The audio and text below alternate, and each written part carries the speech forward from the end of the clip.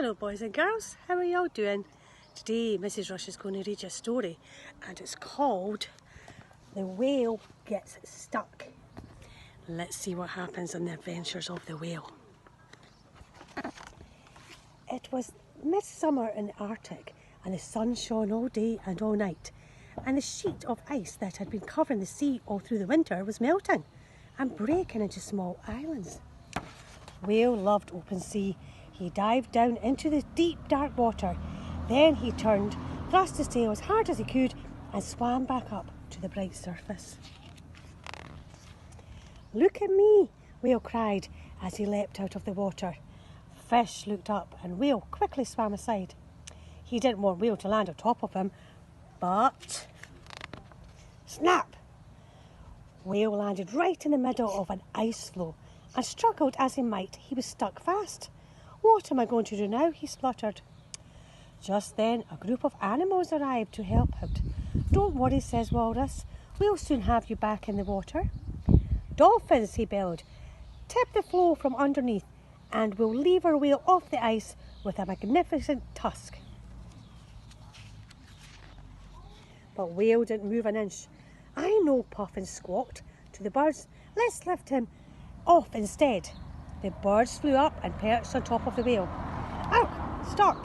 shrieked the whale as the birds tried to grip his slippery skin with their sharp claws. "It won't work," he sighed sadly. "I'm stuck here forever." Everyone gathered round Walrus, hoping that he might have another bright idea. Meanwhile, under the sea, Fish couldn't see what was happening up above and was getting worried. Why hadn't Whale come back down to see him? By now, a group of polar bears and seals had arrived to see what all the fuss was about. "That's it," says Walrus excitedly. "You seals can help push while I lever Whale with my magnificent tusks, and the dolphins can tip the ice floe. That should do it." So the seal pushed, Walrus strained, and Dolphin tipped, but it was no good. Whale was stuck fast. Poor Whale began to sob quietly. Poor Whale, eh? Suddenly, Narwhal appeared.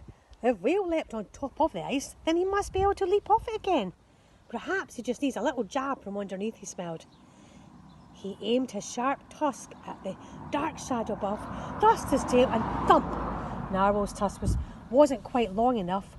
Whale was still stuck, and Narwhal got a nasty bump on his nose. Poor Whale. Meanwhile, Walrus had another plan. If the polar bears leap onto the edge of the ice and the dolphins tip the other side, then I will lever Whale with my magnificent tusks while the seals push. Do you think that's going to be a good idea? Let's see. So the polar bears leapt and the dolphins tipped, Walrus strained and the seals pushed. The ice floe moved slowly, tipped up and then pointed towards the sky. And then splash! It fell back into the water with a huge wave, swept everyone clean off the ice, except Whale. All day long, the sun got hotter and brighter, and the whale was still stuck. The animals pushed and shoved until finally they gave up and were so hot and lay panting on the cool ice. Now, deep in the water, Fish peered upwards. By this time, he could see exactly what was going on. The heat of the sun and the hot, weary animals had begun to melt the ice. Fish could see that the ice was getting very thin. Above the surface, the tired animals had not noticed the creaking and the cracking all around them. Crunch! What happened? Wow! All the animals were plunged right back into the sea, even the whale. Wow, look at all these sea animals. Whale was just about to leap out of the water with joy when Whale shouted, "No!" cried the fish. Whale remembered that his friend was still waiting for him, so with a slap of his tail, he dived under the water. And the two friends spent the rest of the day splashing beneath the surface together. Well, boys and girls, I hope you enjoyed that story. I'll speak to you soon. Bye!